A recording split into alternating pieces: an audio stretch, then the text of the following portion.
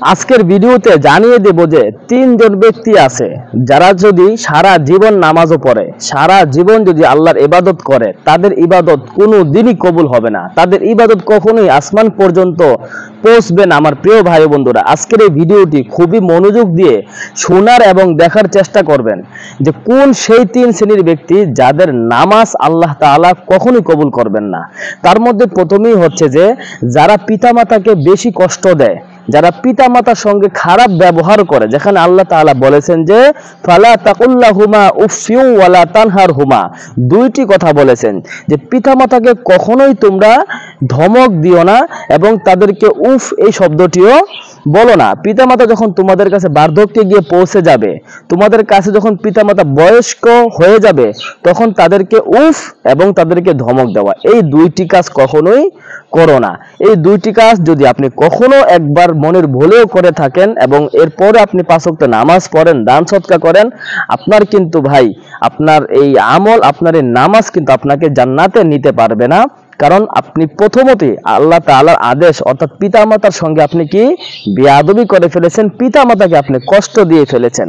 দ্বিতীয়ত আসেন যারা হচ্ছে যে ইয়েতিম মিসকিন যারা আছে, তাদের হক যারা মেরে খায়, তাদের হক যারা মেরে খায়, এতিমের হক, মিসকিনদের হক। এখন অনেকেই বলবেন যে এতিম মিসকিন যারা অনেকেই আছে রাস্তাঘাটে ভিক্ষা করে, অনেকেই কিন্তু তাদের হকগুলো মেরে খেয়ে ফেলে, নাউজুবিল্লাহ।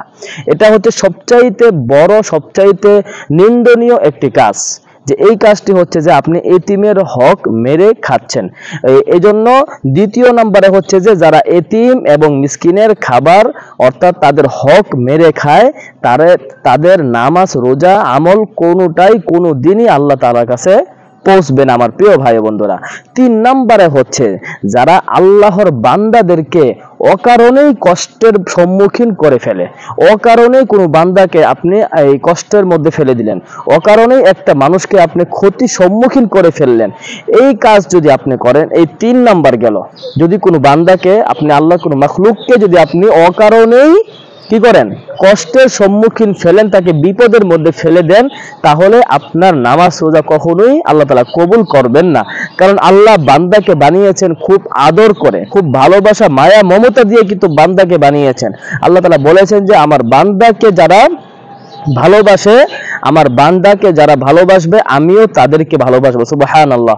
এজন্য আল্লাহ তাআলার বান্দাদের প্রতি বেশি বেশি দয়া দেখাতে হবে, আল্লাহর বান্দাদের প্রতি বেশি বেশি করুণা এবং মায়া ভালোবাসা মহব্বত দিয়ে থাকতে হবে। তাহলে কিন্তু আপনার নামাজ রোজা আল্লাহ তাআলা কিন্তু কবুল করবেন। কারণ কিয়ামতের দিন যদি বান্দার হক আপনি যদি পরিপূর্ণ না করতে পারেন, বান্দা কিন্তু আপনাকে আটকিয়ে ফেলতে পারবে। অর্থাৎ আপনি যদি কাউকে কষ্ট দিয়েছেন, কারো হক মেরে খেয়েছেন, কাউকে আপনি গালি দিয়েছেন, যদি কিয়ামতের দিন ওই বান্দা আপনাকে আল্লাহর কাছে নালিশ দেয় যে আল্লাহ ওই বান্দা আমাকে দুনিয়াতে কষ্ট দিয়েছিল, সে আমার হক মেরে খেয়েছিল, সে আমার উপরে জুলুম করেছিল, তখন কিন্তু আল্লাহ তাআলা আপনাকে ছাড় দিবেন না। এজন্য আমার প্রিয় ভাই বন্ধুরা, এই 3 শ্রেণীর কথা বললাম। প্রথমে হচ্ছে পিতামাতার সঙ্গে খারাপ আচরণ করা যাবে না, দ্বিতীয়ত হচ্ছে এতিম মিসকিন যারা আছে তাদের হক নষ্ট করা যাবে না, তৃতীয়ত হচ্ছে কোনো বান্দাকে কষ্ট দেওয়া যাবে না। যদি এই 3টি কাজ আপনি পরিত্যাগ করতে পারেন, ইনশাআল্লাহ আপনার নামাজ রোজা আল্লাহ তাআলা কবুল করবেন এবং আপনার নামাজ রোজার দ্বারা আপনি কিন্তু আল্লাহ তাআলা জান্নাতুল ফেরদাউস আপনি কিন্তু দান পাবেন।